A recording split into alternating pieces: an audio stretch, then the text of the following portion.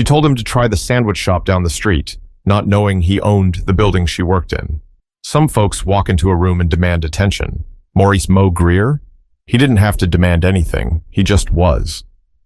It was a sunny Thursday afternoon in Lafayette, Louisiana. The kind of day that made you want to walk slow, take your time. Mo parked his matte gray Tahoe in the corner of the small lot behind Maison du Lac, a high-end French restaurant tucked between a boutique wine shop and an overpriced Pilates studio. He stepped out of the truck wearing what he always wore when he didn't feel like dressing up, a bright red t-shirt stretched slightly over his stomach, dark jeans, and some black-on-black sneakers that were clean but lived in. The man had presence, not because of the shirt, not even because of his size. It was the way he carried himself, calm, collected, like he already knew the outcome of the game before it started. He pushed open the front door to Maison du Lac and stepped inside. The air was cooler, crisp with the faint scent of rosemary and wine sauce. Tables lined with white linen sat mostly empty, a few filled with business types murmuring over small plates and espresso cups. Mo stood for just a beat, taking in the space, minimalist decor, light jazz playing overhead, big money trying to look effortless. Then came her. "Hi there." A young woman with perfect posture, tight bun, and a hostess smile that didn't quite reach her eyes approached him near the podium. Her name tag said Chloe, and her tone had that sweetness people use when they're trying not to offend, but also trying to tell you something. "You here for a delivery?" Mo cocked his head slightly, one brow lifted. He gave a slow, polite smile. "No, just here for lunch." Chloe blinked. Quick scan, head to toe. There it was, the pause. That brief hesitation, the kind you barely notice unless you've seen it 100 times before. Mo had. "Oh," she said, still smiling, but now the shift in her tone was clear, a little tighter. "Right, well, we usually take lunch by reservation only. Did you have one?" "Nope," he replied, his voice even. "Didn't think I'd need one with the place looking this empty." Chloe let out a breathy chuckle, the kind you give when you don't know what to say next. She reached for a menu, then hesitated again. "Just so you know, we usually require a collared shirt. Dress code policy. Not super strict or anything, but..." She trailed off, eyes flicking to his red tee like it personally offended her. Mo didn't flinch. He glanced over her shoulder at the dining area. "I'll be fine right here." Chloe forced a laugh. "There's a great deli just a block away, the Deli Spot. Super casual, really good sandwiches. Might be more your vibe?" It wasn't what she said. It was how she said it. That half-smile, half-warning tone that said, "You don't belong here." And Mo had heard it before. At banks, at hotels, at country clubs he now owned stakes in. He looked her dead in the eye. "I came here for the special, not a sandwich." Chloe opened her mouth to respond, but that's when a voice boomed from the back. "Mr. Greer!" Heads turned. The manager, a stocky man with thinning hair and a slight limp, hurried out from the kitchen area. His face lit up like he'd just seen royalty, and in some ways, he had. "We weren't expecting you today," he said, almost breathless. Mo nodded once, calm. "Didn't want you to." The manager turned to Chloe, who stood frozen. "Oh, Chloe, this is Maurice Greer. He's the new majority owner of Maison du Lac." Chloe's lips parted, but no sound came out. Her cheeks flushed with something between embarrassment and regret. "Mo?" He just smiled. "Nice to meet you, Chloe," he said, his tone warm but unmistakably firm. "Why don't you grab me that menu now?" But Chloe's silence wasn't the only thing about to get loud. Chloe's fingers fumbled over the menus like they were covered in oil. She finally handed one to Mo, avoiding eye contact as if the floor might swallow her if she looked directly at him. "Of course, Mr. Greer. Right this way," she said, voice now quieter, the practiced cheer replaced by something closer to shame. Mo followed slowly, his broad shoulders moving smooth and deliberate. He wasn't trying to make a scene, but he also wasn't going to shrink himself for anyone. The tables around them had gone quiet. A few eyes peeked over wine glasses and behind napkins. They all saw what happened. Some probably recognized him now. Some didn't care. Most just wanted to know what was going to happen next. Chloe led him to a small table near the back window and quickly laid the menu down. "Someone will be with you in a moment," she said, then turned to leave like her shoes were on fire. Mo sat down, adjusted his chair, and took a slow look around the room. He wasn't new to this, not by a long shot. The thing about money and real success is that it doesn't always come with a face people expect. Sometimes it comes wearing a tailored suit and a Rolex, and sometimes it comes with a red t-shirt, thick wrists, and the calm patience of a man who's been overlooked just one too many times. A younger waiter named Jaden came over a minute later. You could tell by the way he walked that Chloe had pulled him aside in the back. "Hi, sir. Welcome to Maison du Lac. Can I start you off with something to drink?" Mo smiled. "Water's fine." Jaden nodded and hurried off. Not rude, just nervous, probably trying to figure out what to say or whether to say anything at all. Mo didn't blame him, not yet. From the corner of his eye, Mo watched Chloe whispering to another server by the espresso machine. Her body was stiff, her lips tight, and she kept glancing back toward his table like she expected him to call her over and cuss her out.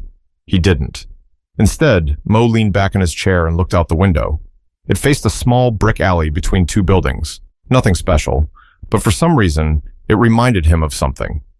Years ago, back when he was just getting started, he'd been working as a delivery driver for a restaurant in Baton Rouge. One day, he walked into a fine dining place to drop off fresh seafood. Same setup. White linens, quiet music, mostly white clientele. The host had looked at him like he was tracking mud into their carpet. Told him, loud enough for others to hear, "We use the back door for deliveries." Mo had said nothing. He walked out, never delivered there again. 10 years later, he bought that exact building. Didn't brag about it. Didn't throw it in anyone's face. Just turned the space into something better, a cafe that welcomed everybody. Jaden returned with the water, hand just a bit shaky. "Today's special is pan-seared trout with herbed risotto," he said. "Also comes with grilled asparagus and a house salad. It's, really good." Mo nodded. "I'll take that. No salad. Extra asparagus." Jaden scribbled it down quickly. "Yes, sir. Right away." As he turned to leave, Mo added, "Hey." Jaden stopped, turned back. "Yes?" "I'm guessing Chloe didn't know who I was. That sound right?" Jaden swallowed. I don't think she meant anything by it." Mo raised a hand. "Not asking you to defend her, just asking if I'm right." Jaden gave a slow nod. "Yeah, she didn't know." Mo nodded. "That's what I figured." Jaden walked off, and Mo sipped his water slowly, the glass cold against his palm. See, the worst part wasn't Chloe trying to turn him away. It wasn't even the judgment in her voice. It was how normal it all felt. Like this wasn't the first time. Like this wasn't even surprising. But Mo hadn't shown up just to eat. He came to see what kind of restaurant he really owned. Back in the kitchen, the energy had shifted. Jaden was trying to act like nothing had happened, but everyone back there knew something was up. The moment the manager, Daryl, had called out Mr. Greer like the Pope had walked in, the staff moved different. Quiet conversations, quick glances. Chloe stood near the pastry prep station, arms folded, eyes locked on the floor. Daryl pulled her aside, not yelling, but his voice had weight. "You didn't know who that was?" No, Chloe said. "He didn't look like..." She stopped herself. Too late. Daryl's jaw tightened. "Didn't look like what, Chloe?" She opened her mouth, but nothing came out. She wasn't a bad person, and she knew that. But the truth was burning behind her silence. He didn't look like someone who could own this place. That's what she'd thought. It had been automatic. "I didn't mean anything by it," she mumbled. "You told him to go to a sandwich shop," Daryl said flatly. "You know what that looks like?" Chloe turned red. She nodded, but it didn't change much. Out in the dining room, Mo sat watching his water glass sweat on the table. He could hear just enough to catch the tone from the kitchen. He didn't need the words. He knew how those conversations went. She didn't mean anything by it. It was a misunderstanding. She was just doing her job. Sure. Jaden returned with the food, quick, nervous, polite. "Pan-seared trout with extra asparagus," he said, setting the plate down. "Let me know if you need anything else." Mo nodded. "Appreciate it." The food looked good, probably better than what he would have gotten at his own house. He took a bite, chewed slowly, then looked around. Nobody in the restaurant had settled back into their lunch. A few had their phones out, pretending to scroll but clearly watching. Others just sat, waiting for something to happen. But Mo wasn't going to give them a show. Instead, he ate. Slowly, peacefully. Like he had all day. And in a way, he did. The more uncomfortable everyone else got, the calmer he became. A few minutes later, Daryl walked over. "Mr. Greer, I hope everything's up to standard." Mo took a sip of water, then looked up. "Food's good." Daryl nodded. "We're happy to have you here, sir. Really, if there's anything you need—" "I need the whole team in here when I'm done eating," Mo said, cutting him off. Daryl blinked. "All right, a meeting?" Mo nodded. "Yeah, just a little check-in. New ownership, fresh eyes. You know how it is." Daryl gave a tight smile. "Of course. Absolutely." He left the table like he was walking on glass. Mo kept eating. Chloe watched from the side, her throat tight. She was still in shock. Her whole body itched with regret, embarrassment, and the uncomfortable weight of knowing she had messed up bad. She had seen a fat black man in a red t-shirt and decided he didn't belong. Had made assumptions she didn't even realize she was making, until it was too late. And now she'd have to sit in the same room and look him in the eye while he told them exactly what kind of place Maison du Lac was going to be. But Mo wasn't here to scold. He was here to change the whole culture from the top down. Mo took his time finishing the meal. He didn't rush, didn't glance at his watch, didn't pretend to be in a hurry. That was the thing. When you've earned your seat at the table, you don't let anyone make you feel like you're lucky just to be sitting there. He cleaned his plate. Every bite. The trout was solid. The asparagus had a nice char. Not bad for a kitchen he partially owned, but hadn't fully tested until now. Once the waiter cleared his plate, Mo leaned back, hands resting on his belly, eyes still watching the room. His silence was making people more nervous than if he'd flipped the whole table over. He remembered another time, years back. Atlanta. He had walked into a golf club dining room to meet a potential investor. Same vibe. He was wearing slacks and a polo back then, still got greeted like he was maintenance. The hostess had smiled, pointed to the back exit, and asked if he was here to pick something up. What he picked up was clarity. Not anger, not drama. Just that razor-sharp awareness that no matter how much you made, how far you climbed, some folks only see what they expect to see. He could have walked in today wearing a gold chain and designer suit, and some people would still think he was someone's driver. Red t-shirt or three-piece suit. None of it would have changed how Chloe looked at him. Not until Daryl said the words, majority owner. But here's the thing. Mo had learned to use those moments, not bury them, not explode over them, but use them. To teach, to correct, to shift the air in the room. Because what good is success if you don't pull some old mindsets up by the root while you're at it? Daryl came back over. "We're ready for you in the lounge." Brought everyone up front. Mo stood slowly, adjusted his shirt, grabbed his water glass. As he walked toward the lounge area, small space by the bar with some stools and a few leather chairs, the staff were already gathered. Chloe stood near the wall, arms still crossed. Jaden looked like he wanted to melt into the floor. A couple of kitchen staff leaned against the counter. The pastry chef wiped his hands on a towel, avoiding eye contact. Daryl cleared his throat.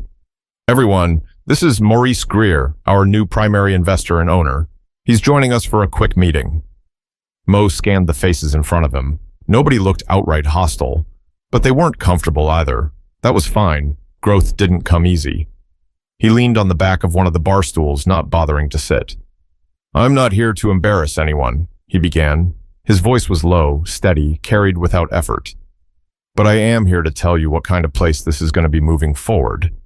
The room was silent. "I walked in today wearing a red shirt and some sneakers," he said. "Didn't come in loud, didn't come in late. I came in to eat lunch at a restaurant I help fund." He let that hang. "Some of y'all didn't recognize me. That's fine. I don't expect to be famous, but I do expect people to be treated with respect.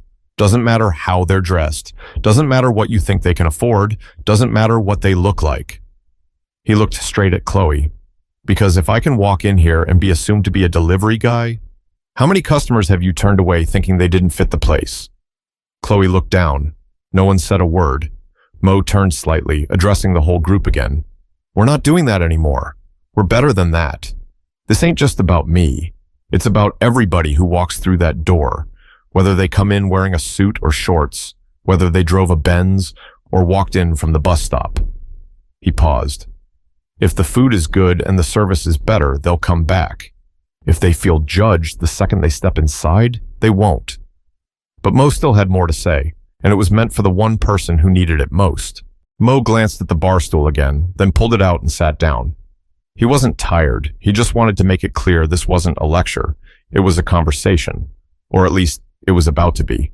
You know what's wild? He asked, resting his elbows on his knees. This isn't the first time something like this happened to me, not even close. He gave a half smile, not bitter, just honest. I remember I was out in Mobile once, walked into a hotel I had a stake in. I was checking the lobby, making sure the staff was keeping things tight. Manager saw me walking in and asked if I was looking for the restroom. I said no. He asked if I was lost. Said, guests come in through the main entrance. I just looked at him and said, I own the damn entrance. Some of the staff chuckled nervously. Jaden actually cracked a smile. Chloe didn't. Mo leaned back. That manager, he doesn't work there anymore. Not because I was mad, but because he made that kind of mistake with the wrong person, and probably made it with 100 others who didn't own the building. He looked around again, eyes sharp but not angry. This isn't just about race or size or clothes. It's about assumption. You assume somebody don't belong just because they don't look like what you pictured when you thought of the words good customer or owner. You're going to lose people, good people, loyal people, and you're going to make this restaurant smaller than it was meant to be. Daryl nodded slowly, arms crossed. He knew Mo was right. He just didn't like the mirror being held up. Mo looked at Chloe. I'm not here to ruin your job, but I need you to understand something. If I walked in here wearing a suit, you probably would have offered me sparkling water before I sat down. Chloe swallowed hard. I didn't mean... I know, Mo said, cutting her off gently. You didn't mean anything by it. That's what makes it dangerous. He let that land. I'm giving you a chance right now to think about how you see people, how you treat them, because what you meant and how it felt to the person on the other side of it don't always match. Chloe's eyes were glossy. She nodded, slow and silent. Mo turned back to the group. I'm not asking y'all to be perfect, but I am asking you to be better. We don't need to run this place like it's for people with money. We need to run it like it's for people with taste, people with respect, people who came for good food and a peaceful meal. Doesn't matter what they look like. Jaden spoke up, voice soft but steady. Yes, sir. Mo smiled. That's the energy we need. He stood up again. From now on, anyone who walks through that door is a guest. You treat them the way you want to be treated walking into a place you've never been. Doesn't matter if they're wearing a red shirt or $1,000 watch. Make them feel like they belong, and they'll come back. That's how we build a name. That's how you get tips. That's how we win. A few heads nodded, shoulders relaxed. The message was getting through. Mo glanced at his watch, finally. All right, I'll let y'all get back to it. Thanks for hearing me out. He stepped away, but then stopped at the edge of the group. One more thing. Everyone looked up. This wasn't about ego. This wasn't about catching somebody slipping. This was about reminding y'all that the next person you turn away might not say a word. They might just leave and never come back. You won't even know what you lost. But there was still one person who had something left to say, and Mo was ready to hear it. Chloe stayed behind as the rest of the staff returned to their stations. She didn't move, just stood there near the bar, shoulders stiff, eyes still low. Mo noticed. He didn't rush her, didn't try to fill the space. Eventually, she stepped forward. Mr. Greer, she said, barely above a whisper, can I say something? Mo nodded, leaning casually against the wall. Sure. She took a breath. I really didn't mean to make you feel disrespected. I was just, I don't know. I was trying to follow policy and... You were trying to protect the space, Mo said. From me. Chloe flinched, just a little, but she didn't deny it. I've worked here 2 years, she said. I've seen people come in trying to use the bathroom, grab menus, ask for stuff they don't want to pay for. I guess I just... Got used to making quick calls. Mo nodded slowly. And those quick calls come from somewhere, don't they? Chloe's face tightened. I guess they do. There was silence again. Then she added softer, I'm sorry. Not just because you're the owner, but because I see it now. The way I looked at you, the way I treated you. Mo pushed off the wall and stood tall again. Let me ask you something, Chloe. If I'd been some other man, someone who didn't own anything, didn't say a word, how would today have ended for him? Chloe didn't answer right away. She didn't need to. Her silence said enough. He would have left, Mo answered for her. Walked out, felt small, maybe told a few friends not to come here. Maybe never said anything at all, and that would have been our loss. I get it now, Chloe said. I really do. Mo looked at her for a long moment. Don't beat yourself up, he said. Just grow. That's the job. You messed up today. So did a lot of people before you. But this red shirt? He tugged at it lightly. This shirt ain't about fashion. It's about comfort. It's about walking into my own building the way I feel like walking in and not needing anyone's approval. Chloe gave a small nod, eyes still damp. I'm not gonna fire you, Mo said. I don't believe in throwing people away for one mistake. But I'm gonna be watching. Not just you, all of y'all, because culture starts at the door. And if this place is gonna carry my name, it's gonna carry my values too. Chloe took that in like medicine, bitter but healing. I won't forget this, she said. I hope not, Mo replied, because the lesson ain't about me. It's about the next person. He turned to leave, but before he hit the door, Chloe called out again. Hey, Mr. Greer? He looked back. I like the shirt. Mo grinned. Yeah, me too. Gets people's attention. He pushed the door open and stepped into the Louisiana heat. The sun caught his red t-shirt like it was glowing. And the lesson? Never underestimate the quiet ones. The ones who don't need to show off because they are the show. Never judge someone because they don't fit your idea of who belongs. And never forget, power doesn't always wear a suit. Sometimes it comes wrapped in cotton and confidence. So next time you're about to judge somebody based on how they look, pause. Ask yourself why. Then check if the problem is actually them or just the picture in your head. Don't be Chloe. Be better. If this story hit you, even a little, share it. Somebody out there needs to hear it. Someone's been turned away, shut out, misjudged. Let's remind each other, respect should never be reserved for appearances. It should be standard. And if you're ever the one in the red shirt, keep walking tall. You already belong.